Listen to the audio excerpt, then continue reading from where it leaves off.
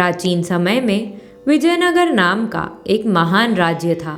उस नगर के महाराज का नाम श्री कृष्णदेव राय था। महाराज के मंत्रिमंडल में एक बहुत चतुर मंत्री थे जिनका नाम तेनालीराम था। महाराज को अपने मंत्री तेनालीराम पर बहुत गर्व था। एक बार राजा कृष्णदेव राय अपने मंत्रियों के साथ कुछ चर्चा कर रहे थे। चर्चा करते समय महाराज ने तेनालीराम की चतुराई की प्रशंसा करनी शुरू करी। तभी मंत्रिमंडल में से एक मंत्री ने महाराज को कहा, महाराज, हमारे राज दरबार में एक से बढ़कर एक बुद्धिमान और चतुर लोग हैं, पर आप हमेशा तेनालीराम को ही चतुराई दिखाने का अवसर देते हैं। मंत्री ने कहा कि अगर हमें भी आप अपने बुद्धिमत्ता साबित करने का मौका दें तो हम अपनी बुद्धिमत्ता को साबित कर सकते हैं। किंतु महाराज ने हैरत में पड़ते हुए पूछा, किंतु क्या मंत्री जी? तभी सेनापति जी ने जवाब दिया, महाराज, मैं आपको बताता हूँ कि मंत्री जी के मन में क्या बात चल रही है।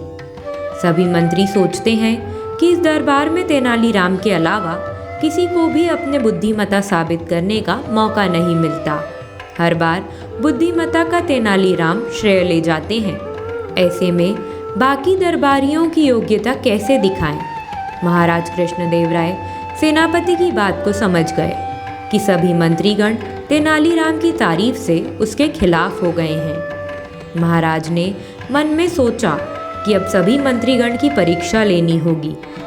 कुछ देर सोचकर महाराज ने सभी मंत्रियों को कहा कि आप सबको अपनी बुद्धिमत्ता साबित करने का मौका अवश्य दिया जाएगा। तेनालीराम को इसमें भाग लेने की अनुमति नहीं होगी। यह सुनकर सभी मंत्रीगण खुश हो गए कि आज हम राजा की नज़रों में अपने आप को बुद्धिमान सिद्ध कर सकेंगे। महाराज ने दरबार में धूप बत्ती की और इशारा करते हुए कहा कि जो भी कोई मुझे 2 हाथ धुएं ला कर देगा, मैं उसे तेनालीराम से ज़्यादा बुद्धिमान मानूंगा। सभी मंत्रीगण आपस में चर्चा करने लगे कि यह कैसे संभव है, धुएं को कैसे मापा जाए। सभी दरबारी अपनी बुद्धिमत्ता को साबित करने के लिए कुछ न कुछ प्रयास करने लगे।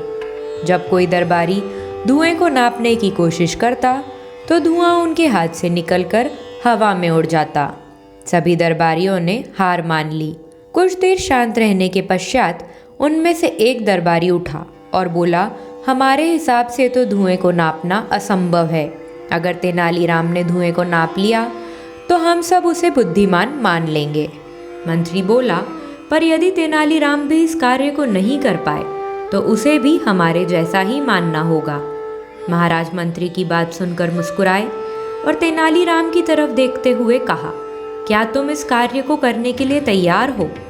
तेनालीराम ने स्वीकृति में सर हिलाया और कहा कि महाराज, मैं आपका सेवक हूँ, मैं अवश्य ही आपकी आज्ञा का पालन करूँगा। तेनालीराम ने एक सेवक को बुलाया और उसके कान में कुछ कहा। सेवक तेनालीराम की बात सुनकर दरबार से बाहर गया और एक लंबी कांच की नली लेकर आया। पूरे दरबार में चुप्पी छा गई और सभी यह जानने को आतुर थे कि तेनालीराम किस प्रकार धुएं को नापेगा। तेनालीराम ने उस सेवक से शीशे की नली ली और उस नली को धूप बत्ती से निकलने वाले धुएं पर लगा दी। कुछ ही देर में नली पूरे धुएं से भर गई। जैसे ही नली पूरी धुएं से भर गई तो तेनालीराम ने जल्दी से नली का मुंह कपड़े से बंद किया और उसे महाराज की ओर करते हुए कहा, महाराज, ये लीजिए आपका 2 हाथ धुआं। महाराज ने इसे मंत्रियों के सामने करते ही सभी मंत्रियों के सर शर्म से झुक गए और महाराज बोले, अब तो आप लोग समझ गए होंगे कि प्रत्यक्ष को कभी भी प्रमाण की आवश्यकता नहीं होती। महाराज बोले, तेनालीराम सच में बहुत ही चतुर हैं। उनकी चतुराई की बराबरी करना असंभव है। इस कहानी से हमें सीख मिलती है कि हमें दूसरों से ईर्ष्या नहीं करनी चाहिए, दूसरों की बुद्धिमत्ता का सम्मान करना चाहिए। धन्यवाद।